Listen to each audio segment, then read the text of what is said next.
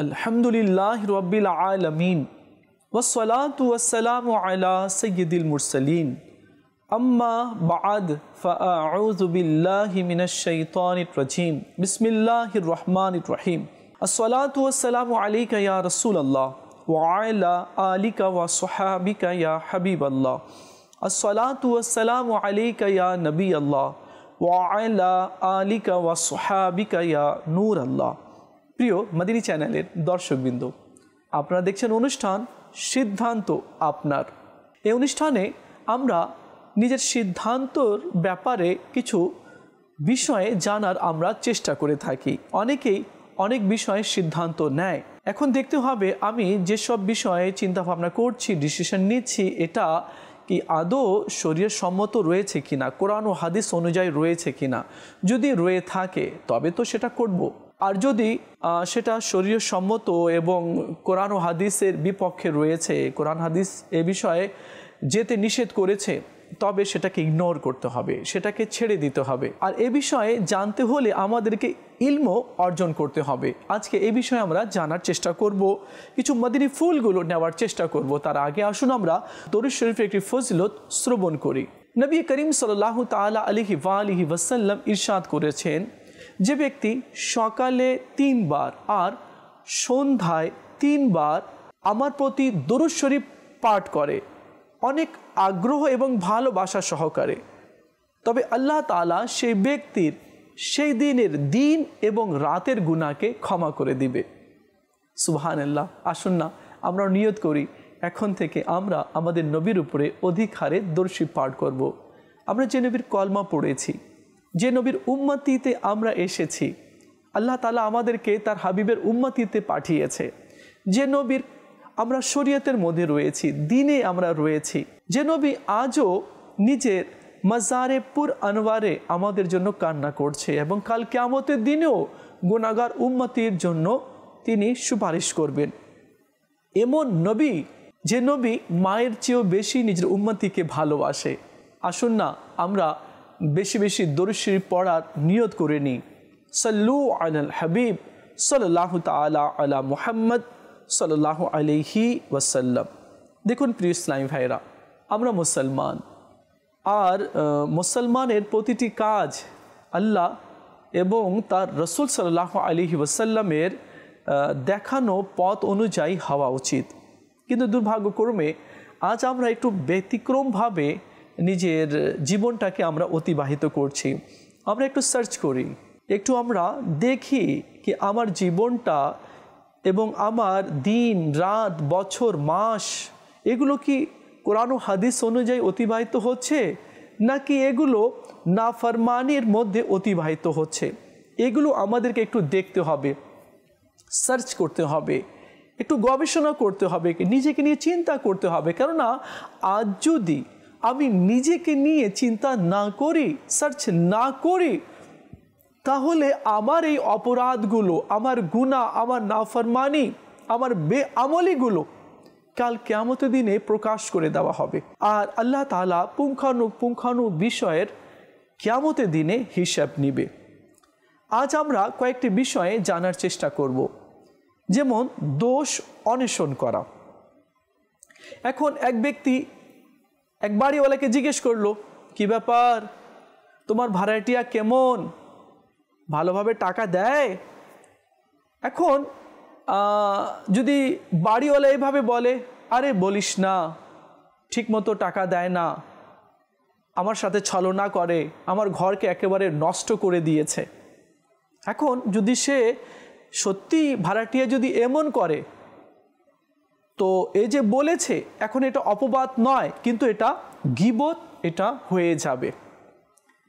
এখন অনেক মানুষও আছে এভাবে জানতে চায়, নতুন ছেলেকে বিয়ে দিয়েছো, মেয়ে ঠিকঠাকভাবে থাকে তো, শাশুড়ির দেখাশোনা করে তো, ঘরের কাজকর্ম করে তো, ডিসিপ্লিনগুলোকে মেনটেন করে চলে তো, নিজের স্বামীকে কষ্ট তো দেয় না, এইভাবে এই যে জিজ্ঞেস করে। এখন যাকে জিজ্ঞেস করছে, এখন সে কি বলবে? সে যদি অজ্ঞ হয় তো বলবে, আরে বলিস না, এমন বউ নিয়ে এসেছি, একেবারে ডাইনি, কথা শোনে না, আমার খিদমত করে না, ঠিকমতো ঘরের কাজকর্ম করে না, রান্না বান্না করে না, এই সেই, এবং তার স্বামীকেও কষ্ট দেয়, অবাধ্য, এই যে শুরু হয়ে গেল গীবত, অপবাদ শুরু হয়ে গেল। তো এই প্রশ্ন কেনই বা আমি করব বা কেউ করবে? আচ্ছা, এখন মেয়েওয়ালার বাড়িতে গিয়ে বলে, হ্যাঁ মেয়েকে বিয়ে দিয়েছো, জামাই কেমন পেয়েছো, জামাই খেতে তো দেয়, জামাই মেয়েকে তো ভালোভাবে তো রাখে। আরে ভাই, এই প্রশ্ন করার কি দরকার?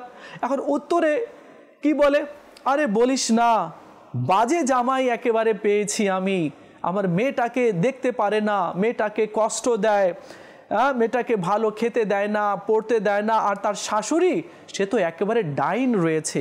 এই যে শুরু হয়ে গেল, হ্যাঁ, দোষ অন্বেষণ করা, অপবাদ দেওয়া, গীবত করা, এগুলো শুরু হয়ে গেল। এখন যে এসেছে, প্রতিবেশীর কোনো মহিলা হোক বা কোনো পুরুষ হোক, এইভাবে যে এসে যে জিজ্ঞেস করছে, এর জিজ্ঞেস করার কারণটা কি? সে কি মানুষের দোষগুলো শুনবে, ভুলগুলো শুনবে? সে যে ডিস্টার্ব হয়ে রয়েছে, ওই ডিস্টার্বের কথাগুলোকে শুনবে? তো আমার মনে হয় কি এভাবে প্রশ্ন করতেই নেই। এখন কোনো কারখানা রয়েছে, মালিকের কাছে গেল এক বন্ধু, আর কেমন চলছে কারখানা তোমার, তোমার লেবাররা ভালোভাবে কাজ করছে তো, নাকি ফাঁকি দিচ্ছে? এখন সে যদি কোরআন ও হাদিসের জ্ঞান না রাখে, তোর কি বলবে, আরে বলিস না, সব চোর রয়েছে, হ্যাঁ, আমার ফ্যাক্টরিটাকে নষ্ট করে দিয়েছে, কারখানাকে নষ্ট করে দিয়েছে।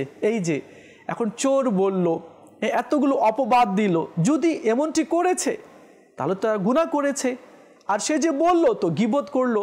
তো এভাবে করেই এখন মানুষ যখন একের অপরের সাথে সাক্ষাৎ করে না, তো তার উভয়ে 1 to 1 যে আছে, এই 1 to 1-এর কথা কম হয়, থার্ড পার্সনের কথা বেশি হয়। আরে বলিস না, আমার যে বস না, আরে বলিস না, আমার যে শিক্ষক না, আরে বলিস না, আমার যে প্রতিবেশী ছিল না, আরে বলিস না অমুক। তো এই যে তাদের নিয়ে গবেষণা আর অপারেশন করা শুরু হয়ে যায়, অপবাদ, চুগলি, গীবত, হাসাদ, কিনা, এগুলো সব শুরু হয়ে যায়। এগুলো কিন্তু মারাত্মক গুনাহ রয়েছে।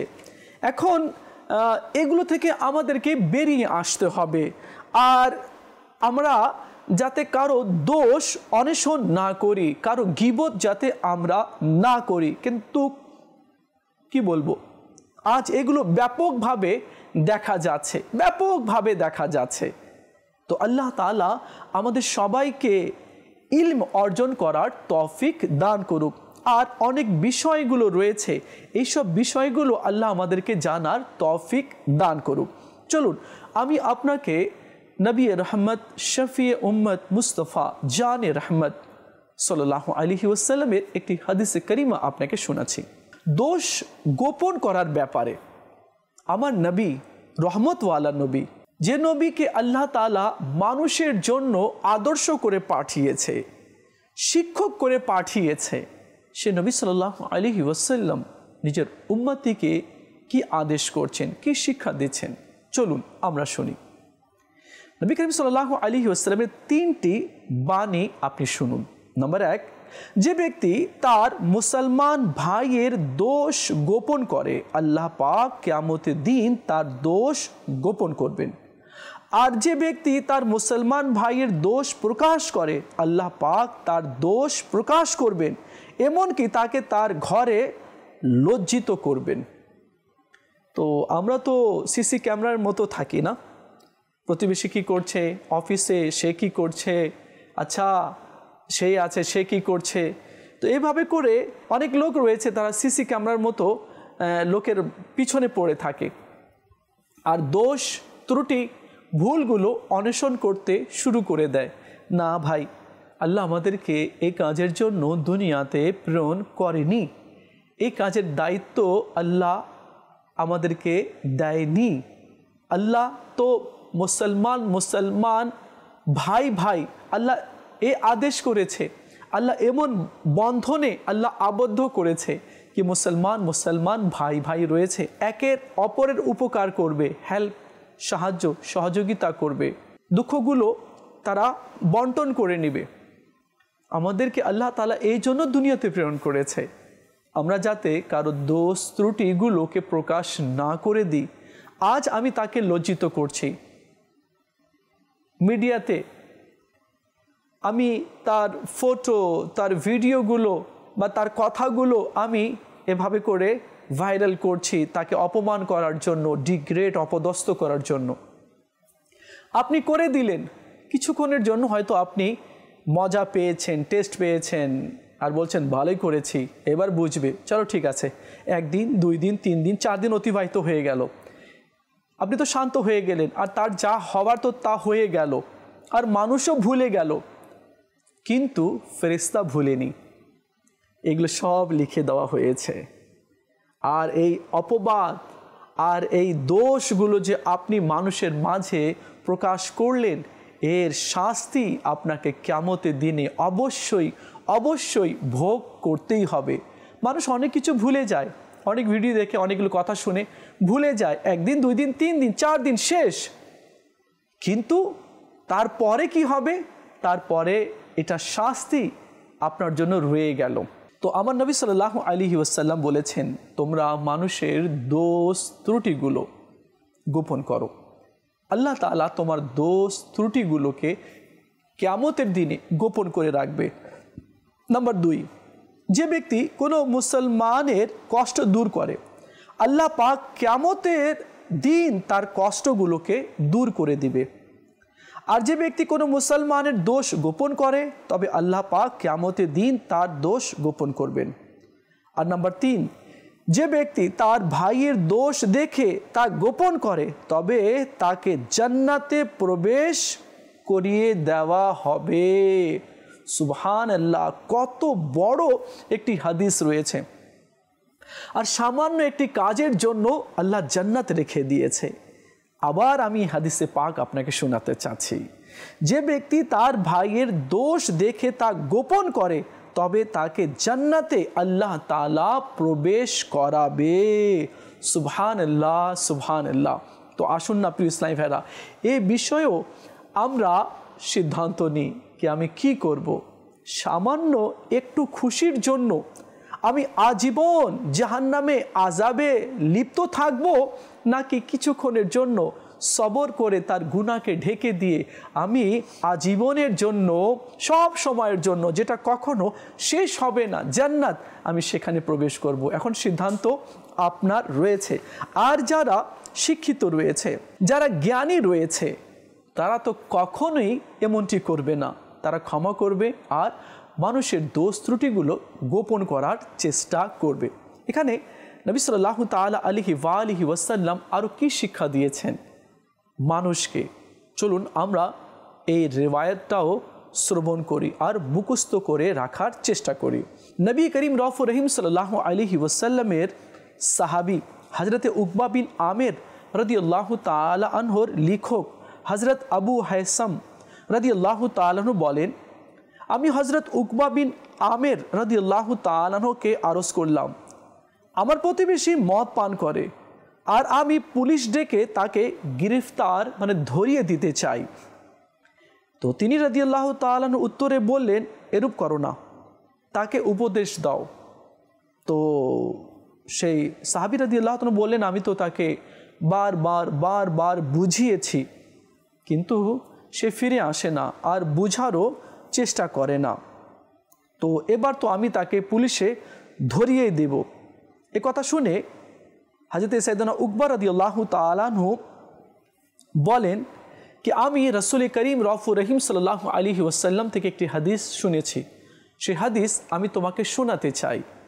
সেই হাদিস হচ্ছে, যে ব্যক্তি কারো দোষ গোপন করলো, সে যেন জীবিত কবর দেওয়া কন্যা সন্তানকে তার কবরে জীবিত করলো, অর্থাৎ তার জীবন বাঁচালো। সুবহানাল্লাহ।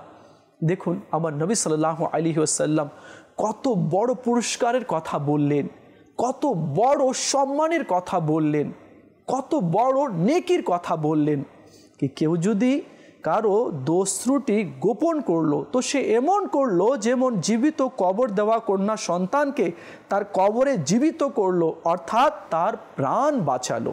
তো আমাদেরকেও ঠিক হতে হবে, আমরা মানুষকে ক্ষমা করতে চাই না, আমরা মানুষকে ছাড় দিতে চাই না।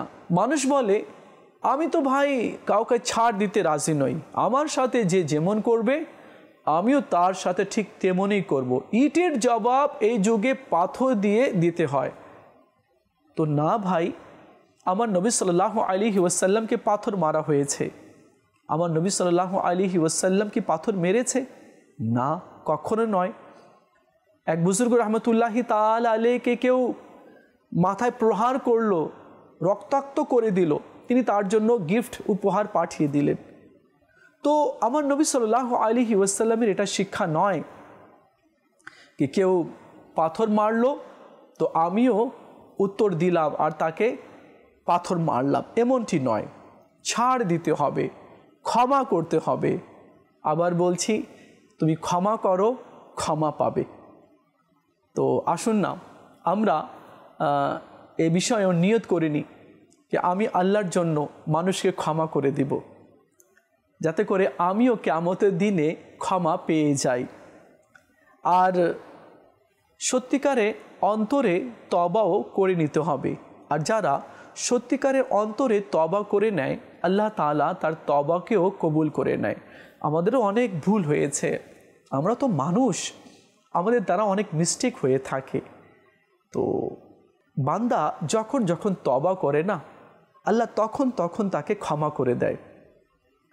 আর কেউ যদি লজ্জিত হয় তো আল্লাহ তাআলা তার সম্মানকে বাড়িয়ে দেয়। একবার এক যুবক বোতলে মদ নিয়ে যাচ্ছিল, হঠাৎ করে রাস্তায় ওমর ফারুক রাদিয়াল্লাহু তাআলা আনহু চলে আসলেন।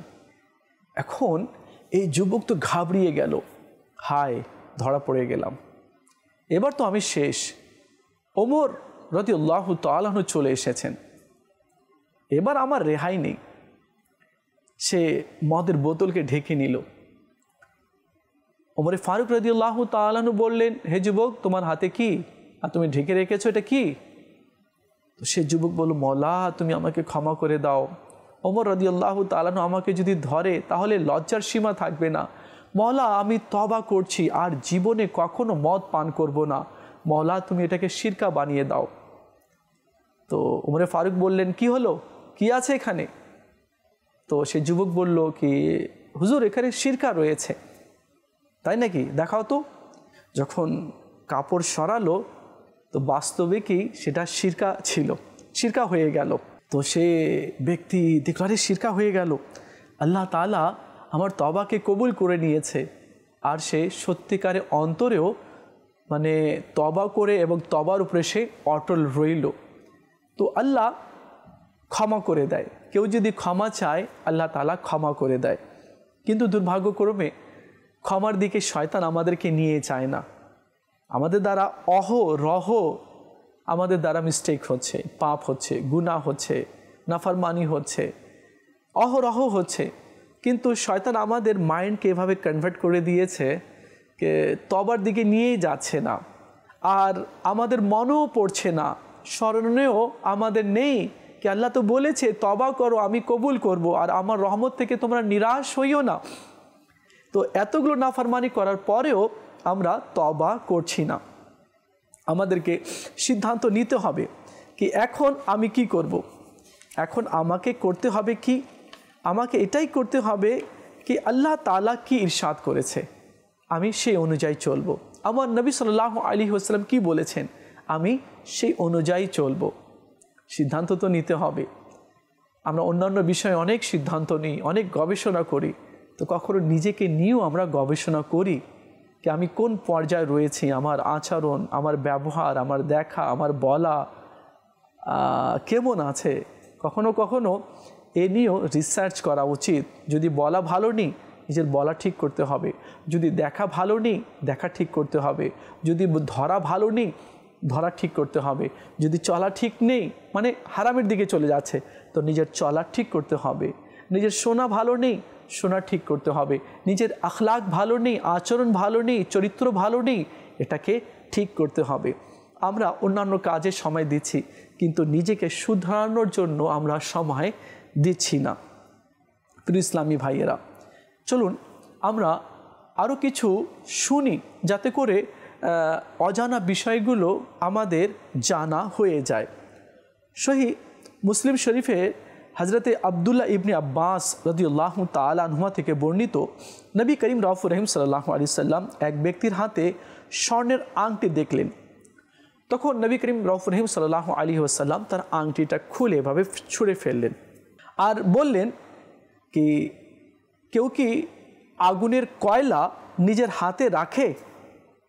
তো বলে আল্লাহ নবী সাল্লাল্লাহু আলাইহি ওয়াসাল্লাম ফেলে দিলেন আর আল্লাহ নবী সেখান থেকে তাশরিফ নিয়ে গেলেন। এক ব্যক্তি বলল, স্বর্ণের আংটি আছে, তুমি সেটা তুলে নাও, পরবে না, এখন থেকে তুমি পরবে না, কিন্তু তুলে নাও, এটা অন্যান্য কাজে তুমি ব্যবহার করতে পারো। তখন সেই সাহাবী আশিক রসুল ছিলেন, বললেন না, আল্লাহ নবী একবার যে জিনিস ফেলে দিয়েছে আর আমি সেটা তুলব না। তাহলে এটা বোঝা গেল কি পুরুষের জন্য স্বর্ণ রূপা ব্যবহার করা এটা হারাম রয়েছে। অনেকে দেখা যায় আংটি পরে নেয় অনেকগুলো, তো এটাও শরীয়তের মধ্যে জায়েজ নেই, শরীয়ত অনুমতি এ বিষয় দেয়নি।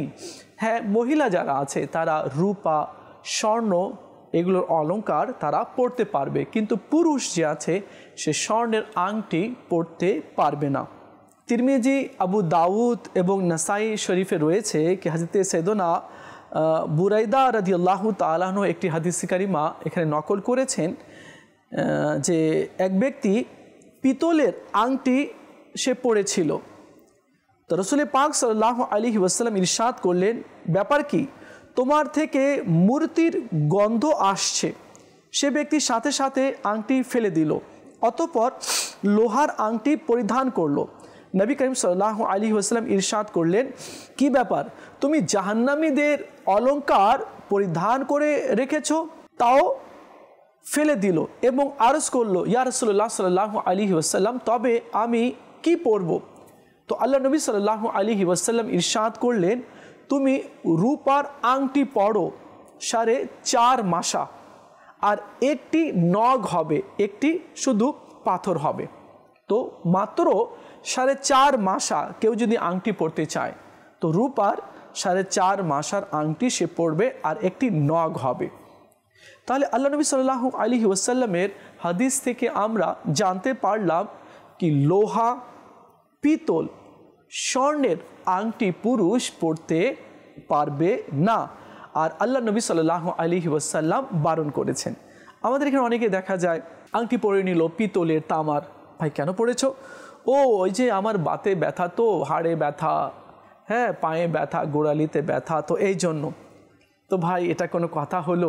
হ্যাঁ, এটা পড়লে কি ঠিক হয়ে যাবে? দেখুন মানুষের মাইন্ড দেখুন কেমন, হ্যাঁ এটা পড়েছি ঠিক হয়ে যাবে। তাহলে এতগুলো যে মেডিকেল, ডক্টর, ক্লিনিক, এতগুলো ফার্মেসি যে রয়েছে, হ্যাঁ মেডিকেল স্টোরগুলো রয়েছে, তাহলে কি বন্ধ করে দিতে হবে? আংটি পড়লেই কি সব ঠিক হয়ে যাবে? না, এগুলো ভুয়া কথা রয়েছে। শরীয়তের মধ্যে এসবের কথার কোনো জায়গা নেই। দেখুন না, আপনি হাদিস শুনলেন, আল্লাহ নবী সাল্লাল্লাহু আলাইহি ওয়াসাল্লাম স্বর্ণের আংটি ফেলে দিলেন, সে পিতলের পড়লো সেটাও ফেলে দিল, লোহার পড়লো, তো আল্লাহ নবী বললেন তুমি জাহান্নামীদের অলংকার পড়েছো, মানে জাহান্নামীদের অলংকার এভাবেই হবে, মানে তাদেরকে লোহার শিকল এবং আগুনের শিকল তাদেরকে পরিধান করানো হবে। তো আল্লাহ নবী সাল্লাল্লাহু আলাইহি ওয়াসাল্লাম তো বারণ করেছেন, তো আমরা তো সেই নবীর উম্মতই রয়েছি। তো আমরা নিয়ত করি কি যেটা হাদিসে আছে এবং হাদিসে কঠিনভাবে বারণ রয়েছে, মানা রয়েছে, তো আমরাও আজ থেকে এভাবে পরবো না। আচ্ছা, অনেকেই চেইন পরে, হাতের মধ্যে যে এভাবে থাকে, চেইন থাকে, লোহার স্টিলের চেইন থাকে, তো এগুলো পরাও কিন্তু শরীয়তের মধ্যে জায়েজ নেই, এগুলো মানা রয়েছে। শুধুমাত্র আপনি আংটি পরতে পারেন রূপার, আর তাও হচ্ছে 4.5 মাসার, এতটুকু। আর এইভাবে এই আংটি, এতগুলো আংটি পরে, এটা কেমন আবার? আল্লাহ তাআলা আমাদের সবাইকে বোঝার তৌফিক দান করুক। প্রিয় ইসলামী ভাইরা, আপনারা দেখছেন অনুষ্ঠান সিদ্ধান্ত আপনার। এখন আমাদেরকে সিদ্ধান্ত নিতে হবে। আমরা মানুষের দোষ ত্রুটিগুলো অন্বেষণ করে আল্লাহর অবাধ্য বান্দা হিসাবে গণ্য হব এবং আযাবের সম্মুখীন কি আমরা হব, নাকি মানুষের দোষ ত্রুটিগুলোকে গোপন রেখে আমরা আল্লাহ পাকের রহমতের ছায়াতলে এসে আমরা জান্নাতে প্রবেশ করব। নিশ্চয়ই আমরা মানুষের দোষ ত্রুটিগুলোকে গোপন করে আমরা জান্নাতে প্রবেশ করতে চাই। এখন সিদ্ধান্ত আপনার রয়েছে কি আপনি কি ডিসিশন নেবেন। আর যারা জ্ঞানী রয়েছে তারা তো ভালোটাই করার ডিসিশন নেবে। দেখা হবে আগামী পর্বে আরেকটি বিষয় নিয়ে আলোচনা করব। ততক্ষণ ভালো থাকবেন আর মদিনী চ্যানেলের সঙ্গেই থাকবেন। সাল্লু আলাল হাবিব সাল্লাল্লাহু তাআলা আলা মুহাম্মদ সাল্লাল্লাহু আলাইহি ওয়াসাল্লাম।